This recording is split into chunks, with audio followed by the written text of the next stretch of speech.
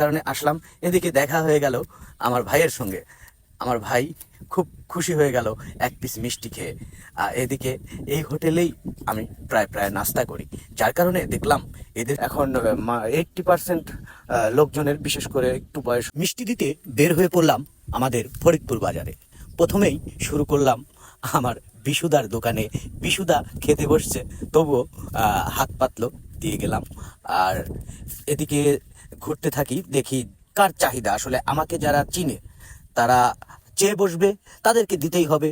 আর যারা অচেনাও আছে, আমি চিনি না, তারাও আমার থেকে চাইতে পারে, তাদেরকেও আমার দিতে হবে। এই যে আমার ভাই, খাওয়ালাম। এবারে চলে যাই। যদিও হোটেলে মিষ্টি তৈরি হয়, কিন্তু ওরা তো এই মিষ্টি খায়নি, যার কারণে আসলাম। এদিকে দেখা হয়ে গেল আমার ভাইয়ের সঙ্গে। আমার ভাই খুব খুশি হয়ে গেল এক পিস মিষ্টি খেয়ে। এদিকে এই হোটেলেই আমি প্রায় প্রায় নাস্তা করি, যার কারণে দেখলাম এদের সঙ্গেও একটু আমার আনন্দটা শেয়ার করি।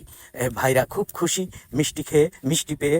আমি আসলে সবাইকে ডেকে মিষ্টি খাওয়ানো ঠিক হবে না, কেননা অনেকেই অচেনা লোক ভাবতে পারে যে কিসের মিষ্টি।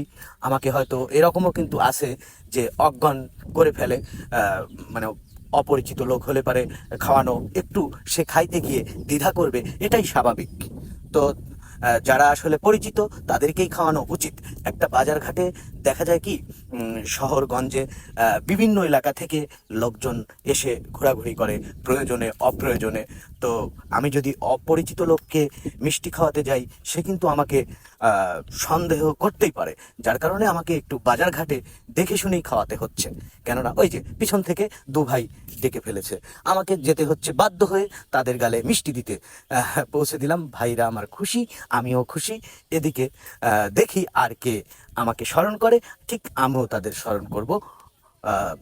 এই যে এদিকে ডাক পড়েছে, আমি চলে যাচ্ছি। পরিচিত মুখ দেখেছি, তাই এগিয়ে আসলাম।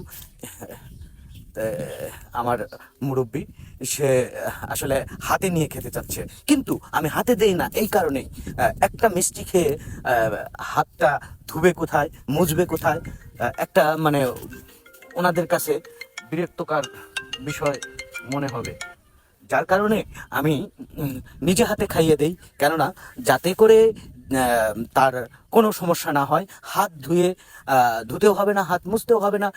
এক পিস মিষ্টি খেয়ে হাত ধুতে গেলে ঝামেলা।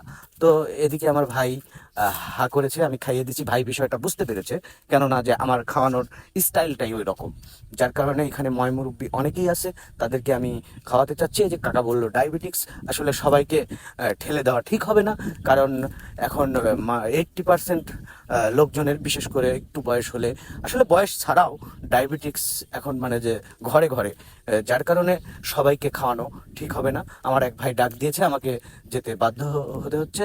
ভাইকে মানে বলতেছে কিসের মিষ্টি, যার কারণে একটু সময় লাগলো। আগে বলতে হলো যে আল্লাহ তাআলা আমাকে একটা ছেলে সন্তান দিয়েছে, যার কারণেই আমি খুশি হয়ে মিষ্টি খাওয়াচ্ছি। এই যে ভাই আমার মিষ্টি খেয়ে নিল। এদিকে এক ভাই আবার নিজে খাবে, আর একজনকেও খাওয়াবে জন্য ডাকছে। এই যে ভাই আমার এসে হাজির, ভাইকেও দিলাম, আর এক ভাই এসে হাজির। তো এইভাবেই আমার মানে চলছে মিষ্টি।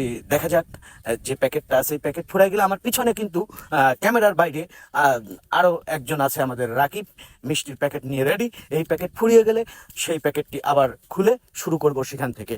তো এই যে আমার দোকানদার দাদা খুবই খুশি এক পিস মিষ্টি খেয়ে। বলছে সবার প্রশ্ন, কিসের মিষ্টি, প্রশ্ন আসতেই পারে, আমি এভাবে মিষ্টি খাওয়াবো কেন? তো সবাই বুঝতে পারছে, আমি বলে দিচ্ছি। কেননা আমাকে আল্লাহ তাআলা একটা ছেলে সন্তান দিয়েছে। আসলে কেউ যাতে আঙুল তুলে বলতে না পারে যে জাকি ভাই মিষ্টি কই। তারপরেও কিন্তু অনেকে বলবে, কারণ সবাই তো আর উপস্থিত নেই, যার কারণে আমি সবাইকে খাওয়াতে পারছি না। আসলে এই যে কেউ আছে খাওয়ার জন্য অপেক্ষা করছে, আর কেউ আছে দিলেও খেতে চাচ্ছে না। কেননা এই যে ভাই আমার খেয়ে খুশি, হাই দিয়ে দিল। তো যার কাছে যাচ্ছে, যে আমার দেশি ভাই এখানে আছে, ভাইকে বিশেষ করে সত্য কথা যেটা, এটা আমার চাস্তো ভাই, মানে প্রতিবেশী। আসলে মিষ্টি যাদের মানে সবার তো খাওয়া ঠিক হবে না, কেননা যাদের একটু শারীরিক সমস্যা আছে তাদেরকে খাওয়ানো ঠিক হবে না। এখানে আছে আলামিন ভাই। আলামিন ভাই মিষ্টি খেয়ে নিল, বলল কিসের মিষ্টি। বললাম যে আমার ছেলে সন্তান হয়েছে।